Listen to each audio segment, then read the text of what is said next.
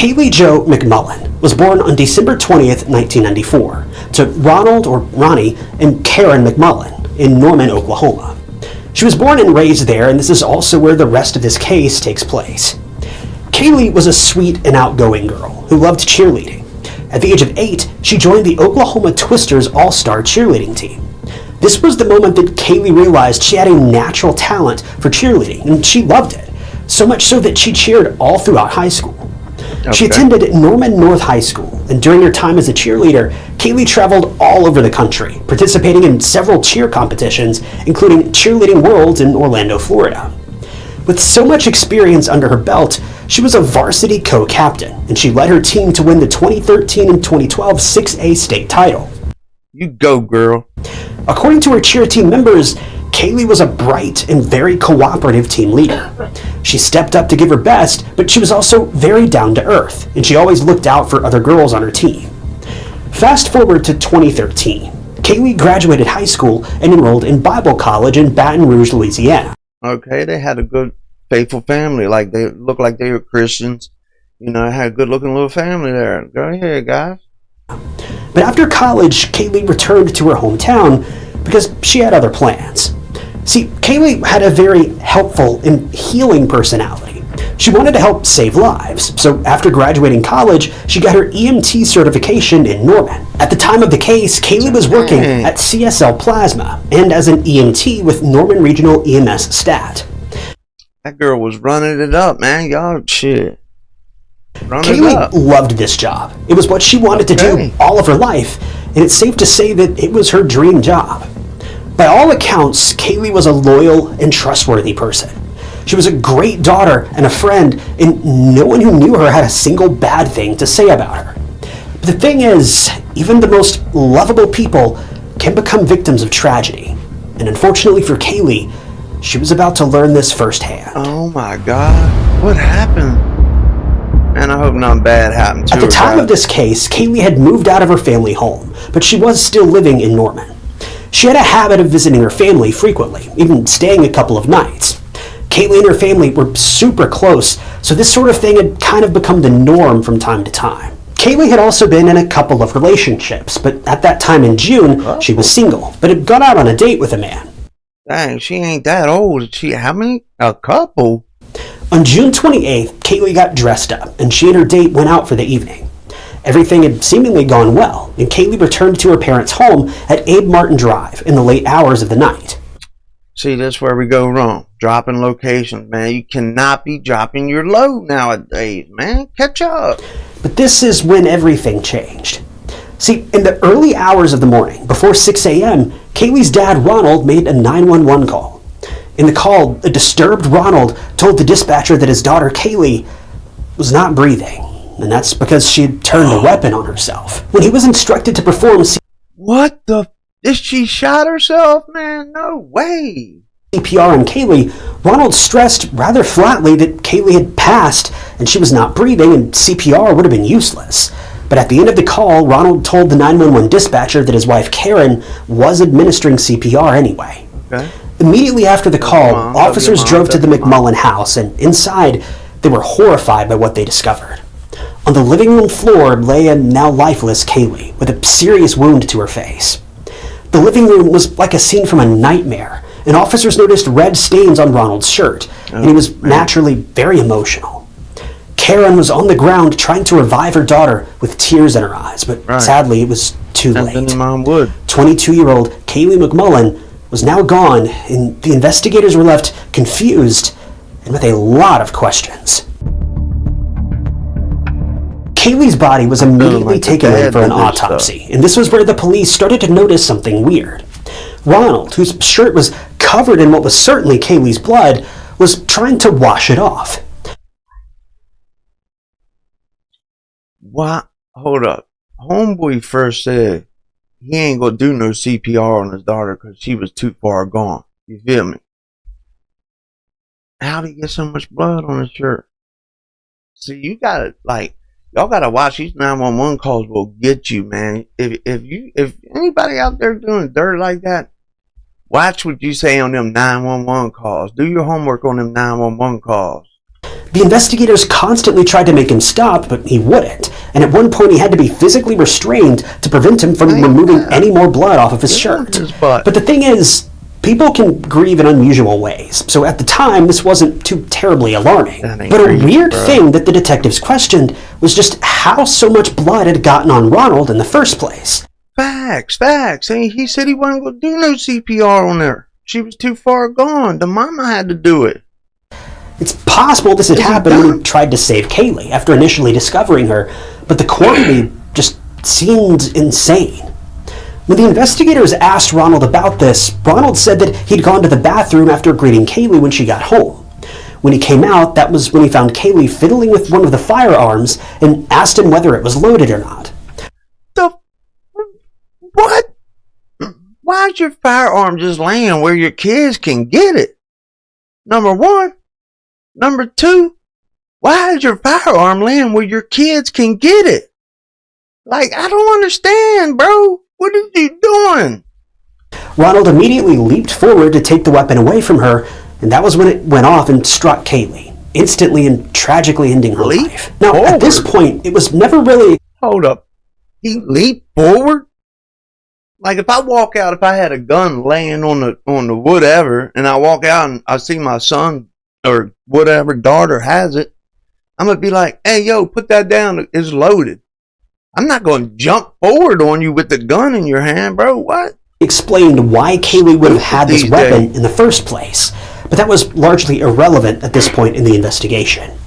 The police had to start somewhere, so they decided to check Kaylee's phone for any clues, and in the meantime, they also contacted Kaylee's date.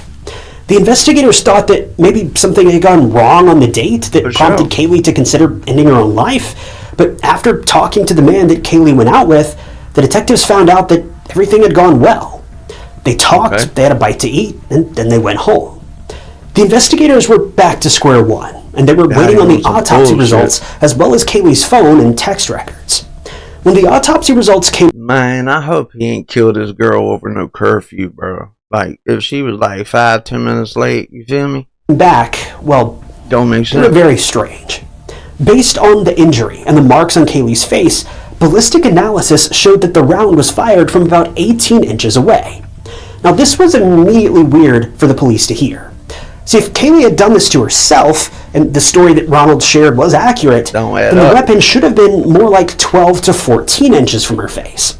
Now, this may sound like a fairly small difference, negligible even, but even a single inch of difference can completely change the outcome of a case. The thing is, based on the scene of the crime, combined with this newfound information, Kaylee could not have inflicted this wound upon herself. Now, there was gunpowder residue on Kaylee's fingers, but it wasn't nearly enough to confirm that Kaylee had fired the weapon. In fact, the amount of residue that was found on her hands, combined with the distance of the round, it meant that rather than attempting to harm herself with the weapon, she was blocking it. Kaylee was likely trying to fight it off. Ooh, I knew it. By this point, all eyes were on one person, Kaylee's father.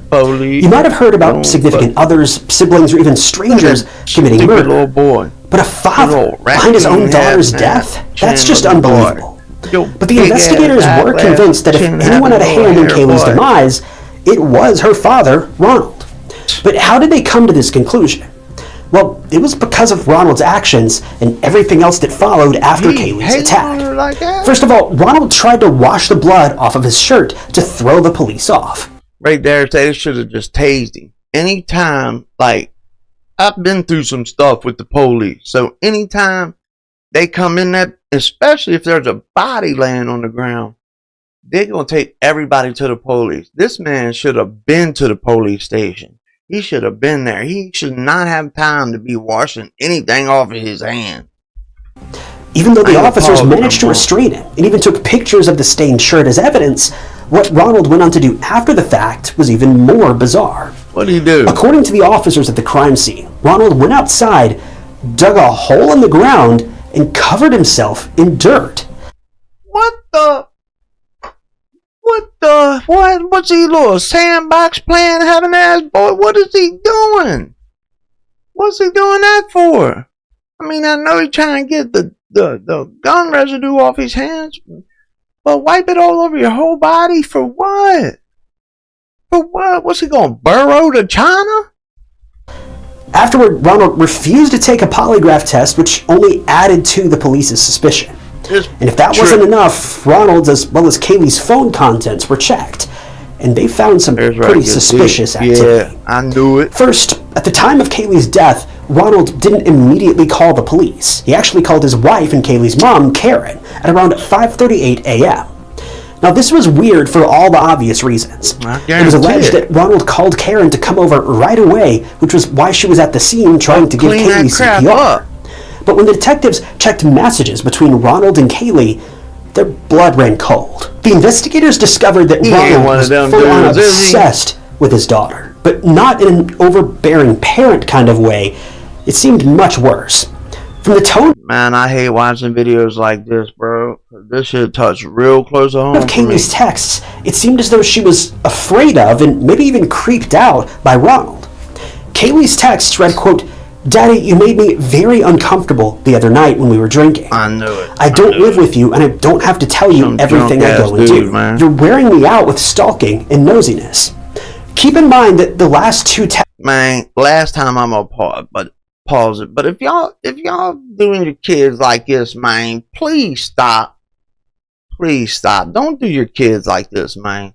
Come on, man. It ain't. I got 5 kids, folks, and I don't treat my kids like that, man. Texts were sent by Kaylee on June 1st, just weeks before the tragic attack. If this weren't bad enough, there were also some messages that suggested that Ronald was also attempting to take advantage of his daughter, though he claimed to have no memory of it. But that always seems to be the case in situations like this, doesn't it? The police were as baffled as they were disgusted when they found out about this. But Ronald's texts were far more infuriating. Ronald responded by saying, "I don't remember anything except your mom getting mad and pointing a weapon at me." The audacity Ronald has to deny what he was doing to his daughter, that's just beyond me.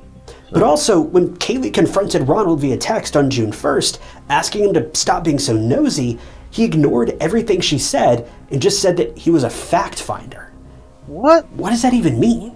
Exactly. Also, what does that when even the mean? investigators checked the most recent texts between Ronald and Kaylee, they were horrified to learn that he had threatened Kaylee to come home on time after her date. Otherwise, he would, quote, track her down. But keep in mind, Kaylee was 22. She wasn't a child with a curfew. Man, go on. Boy, I thought this girl was like 16, 17 or something, living in his house and stuff. Man, she ain't even living with him. She's not even living there. She didn't even live with this guy. You can't tell me that this is an overprotective father speaking. Nah. This text sounds more like that from a jealous boyfriend than anything else.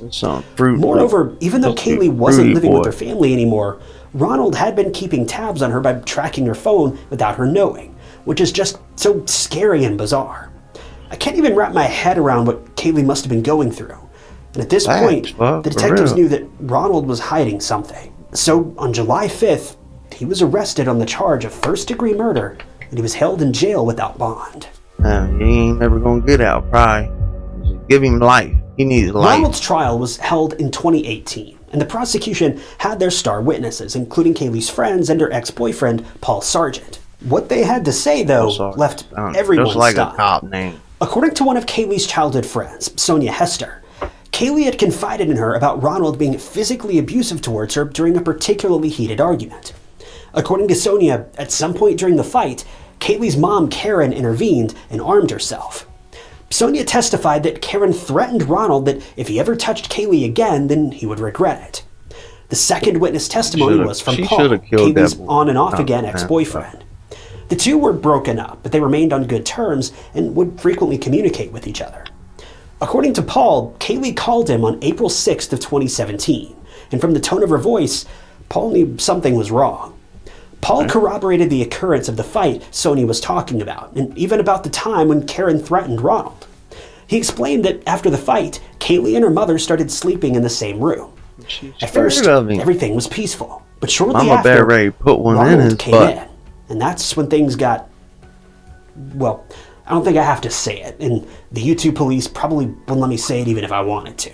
Right. But another witness, Megan Swan, who was not only Kaylee's friend but also her cheer partner, took the stand as well and testified that Ronald and Kaylee had a very close relationship, kind of like friends. Good. They need Megan to get that boy remembered down there. Ronald would drink a bit and would often push Kaylee to drink too. At that time, Kaylee would have been in high school, and she See, he pressing her to drink and stuff. He's trying to get her drunk so he could take advantage of her. His own daughter, man. I got no respect for men like this, man. They need to put him under the jail. was obviously under the legal drinking age, but it didn't seem that Ronald cared. If anything, he urged Kaylee to drink, which is just unbelievable. Megan was also one of the first friends who got to know about the abuse Kaylee was suffering from. The next witness on the stand was none other than Kaylee's mom, Karen. But her testimony will leave you confused and somewhat angry. Karen denied the abuse allegations against her husband and even denied threatening him. Kaylee's friends testified in court that Karen defended her daughter, which is admirable, but now Karen was the one denying it.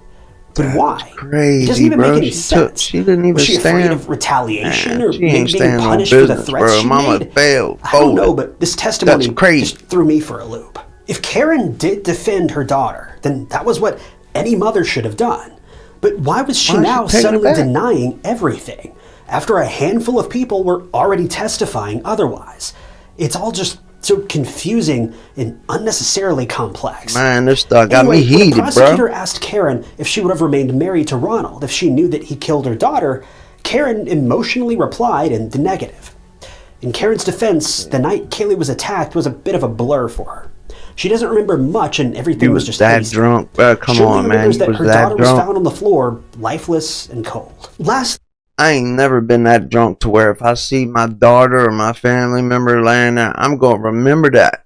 I'm gonna play it in my head so much I'm gonna remember it. a police officer also testified, saying that he heard Ronald say something eerie right as the officers were stepping out of the door on June 29th. What did he say? According to the officer, Ronald, who was covered in dirt and blood, turned to his wife Karen and said, quote, "I did that." Anyway, according to the prosecution, He did that. Like he went and did a straight hit on somebody. He did that. Like he ran that. Like he did a drill. Come on, bro. Man. this was what they believed happened. After Kaylee received that They very need to put that unnerving boy text from under the Ronald jail. about coming home on time, Facts. she made her way to her family home. And that was where Ronald confronted her, and in anger over disobeying him, he attacked her with a firearm, tragically ending her life, and then he called Karen to confess what he did. After that call, that was when he called the police. In hindsight, the 911 call seemed so eerie, especially when he seemed stressed that Kaylee was gone and not breathing. Right. That was all his doing. The defense, on the other hand, stuck to the original story of Kaylee mishandling the firearm and that all of it was a tragic freak accident. She looked like somebody I know. Infuriatingly, the defense even went on to say that there was no proof of Ronald making advances towards Kaylee. So all the claims must have been fabricated by Kaylee herself. It was in for the attention. text message. Again, this is just the defense team's claim, and I'm not God, suggesting I hate this the is the way truth these- whatsoever. These claims were these cops baseless be on so many bullshit out levels. there, bro. For real. People can beg for attention in many ways, but this is something very serious. Damn Kaylee right, wouldn't it is make to me, man. accusations That like shit these if touched there deep wasn't to any me. truth in them. Touched close as Well, shit. the prosecution shut down that claim pretty quickly when they presented an affidavit. It dated back to April of 2009, and it stated that Ronald was accused of taking advantage of Kaylee, who was only 14 years old at that time. See, Although he been no doing charges it. were He mad pressed. because she So this done added moved out another on his very ass. frightening layer to this case. Kaylee was being abused by her father for years, not That's months. crazy, bro. It proves What that Ronald the isn't fuck? just a disgusting excuse of a person, but he's also a master manipulator. And he knows how to keep Kaylee shit. quiet and not let her press charges. It leads you to believe that what Karen said on the stand about denying the abuse was I'm something she mind did blown in over this. fear of Ronald. Keep in mind that this is all an assumption, as we'll never know why Karen denied the abuse claims. That's crazy. This too. Why trial didn't she? was nearly over. If she would have, hold up. If she would have locked him up right then, maybe he wouldn't have killed her. Man, I gotta quit saying them words, man. If he wouldn't have locked her up right Ronald's then, trial maybe this lasted wouldn't about have 2 happened. weeks, This and on December 4th, accident. 2019, Ronald Lee McMullen was found guilty of the first-degree murder of his 22-year-old daughter, Kaylee, and was sentenced to life in prison without the possibility of parole. Good. After the verdict, that's what he Karen broke down in tears and sobbed uncontrollably. You should have. Ronald's face was stone cold and emotionless throughout the trial and the sentencing, which was so unnerving. I can't believe this. The mama kind failed that girl. He truly is. Kaylee was a young and ambitious woman who had so much to look forward to. That makes me so mad. Having worked in emergency services herself, Kaylee was a very compassionate and patient person. But Kaylee could have never imagined that one day she'd find herself on the receiving end of the very emergency services that she provided. The reason behind her death was her father, who had a very sick and depraved fascination with her. After Kaylee's death, Karen unfortunately now suffers from PTSD. I bet she does. She must have been used to seeing patients of all kinds, but seeing her daughter like that in their own home is a memory that has been viciously engraved into her mind. It's unclear whether Karen was a victim of Ronald's too, but knowing Ronald, I wouldn't put it above him to control everyone he had power over.